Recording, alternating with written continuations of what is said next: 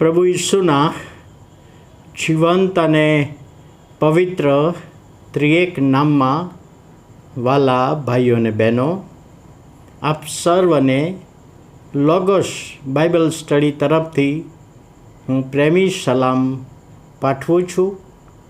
આજનો દિવસ 9મી ઓગસ્ટ 2024 અને શુક્રવારનો આ નવો દિવસ આપણા જીવનમાં પ્રભુએ બતાવ્યો માટે પ્રભુનો ખૂબ આભાર માનીએ છીએ.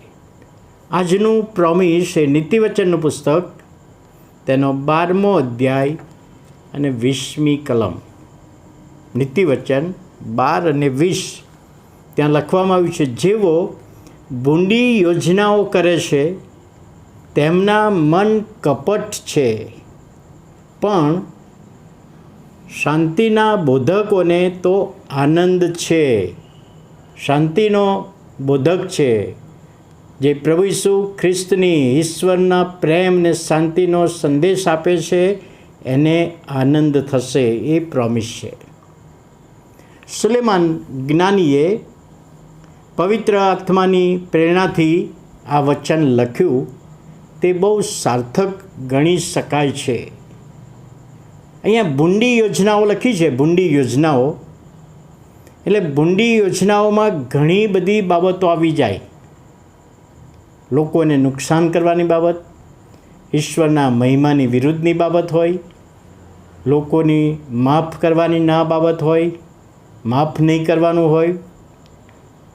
અને ભૂંડી યોજનાઓમાં ઘણી બધી બાબતો આવી જાય છે. પણ જો એક જ વાક્યમાં ભૂંડી યોજનાઓ ને સમજાવી હોય તો એમ કહી શકાય કે જેઓ શૈતાનની દોરવણી પ્રમાણે આયોજન કરે છે પણ એમાં ઈશ્વરને કોઈ સ્થાન નથી, ઈશ્વરનો કોઈ લાગભાગ નથી, ઈશ્વરને એમાં કોઈ પૂછવામાં આવતું નથી, ઈશ્વરને કોઈ મહત્ત્વ આપવામાં આવતું નથી. પણ કહે છે શૈતાનને મહત્ત્વ આપવામાં આવે, અને શૈતાન જે દોરવણી આપે છે એ પ્રમાણે આયોજનો તેઓ કરે છે, અને એમના મન કપટથી ભરેલા છે. હવે આ જ બાબતને પ્રભુના એક સેવક કહે છે કે શૈતાન જે યોજનાઓ કરે છે, શૈતાન જે આયોજન કરાવે છે, એમાં શૈતાનનો મહિમા થાય, લોકોનો પણ મહિમા થાય તો શૈતાનને કશો વાંધો નથી. પણ કહે છે કે ઈસુનો મહિમા થવો ના જોઈએ. કોઈ પણ આયોજન કરો એમાં પ્રભુ ઈસુને સ્થાન ના મળવું જોઈએ, પ્રભુ ઈસુનો મહિમા ના થવો જોઈએ, પ્રભુ ઈસુનો પ્રચાર ના થવો જોઈએ. એ શૈતાનનું કામ છે. અને એવા આયોજનો કરે છે ત્યારે એ આયોજનો એક કપટથી ભરેલા છે. કપટથી. દાઉદ રાજા વિશે આપણે જોઈએ ને, લડવા જવાનો સમય હતો અને લડવા માટે રાજાએ તો આગળ જવું પડે, પરંતુ એ ના ગયો અને આયોજન કર્યું ઘરે રહેવાનું, અને ધાબા ઉપર ગયો અને જે બધી બાબતો બની એ આપણે જાણીએ છીએ. આયોજનો. તો અહીં આગળ કહે છે કે શૈતાનના આયોજનો, એમાં વ્યક્તિનો મહિમા થાય, અને એમાં શૈતાનને ગમે અને વ્યક્તિને ગમે છે. શૈતાનની ઈચ્છા એક જ છે કે કોઈ પણ રીતે ઈસુના નામનો મહિમા થવો ના જોઈએ, ઈસુના નામનો પ્રચાર ના થવો જોઈએ.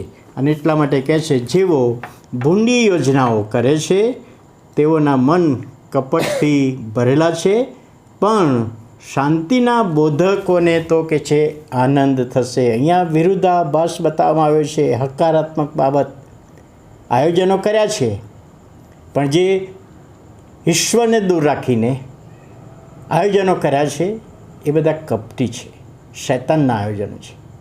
પણ અહીં આગળ કહે છે જેઓ શાંતિના બોધકો છે. હવે શાંતિના બોધકો કોણ? શાંતિના બોધકો કે જેણે પ્રભુ ઈસુ ખ્રિસ્તની શાંતિ પ્રાપ્ત કરી છે. પ્રભુ ઈસુ ખ્રિસ્તે પણ શિષ્યોને કહ્યું હતું ને ગુરુવારની સાંજે કે હું મારી શાંતિ આપીને તમને જાઉં છું.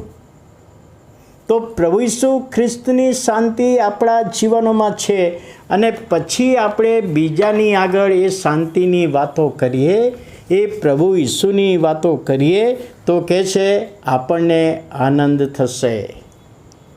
પહેલાંના મન કપટી છે, ભૂંડી યોજનાઓ, પણ જે શાંતિની વાત કરે છે, શાંતિની સુવાર્તા આપે છે, શાંતિને પ્રેમની વાતો સમજાવે છે, એ વ્યક્તિને કહે છે આનંદ થશે. ઈસુની શાંતિ પ્રાપ્ત કરી હોય અને ઈસુની શાંતિની વાત કરવા બીજા લોકોને કહેતા હોય તો અહીં આગળ કહી શકાય છે કે તેઓને આનંદ છે.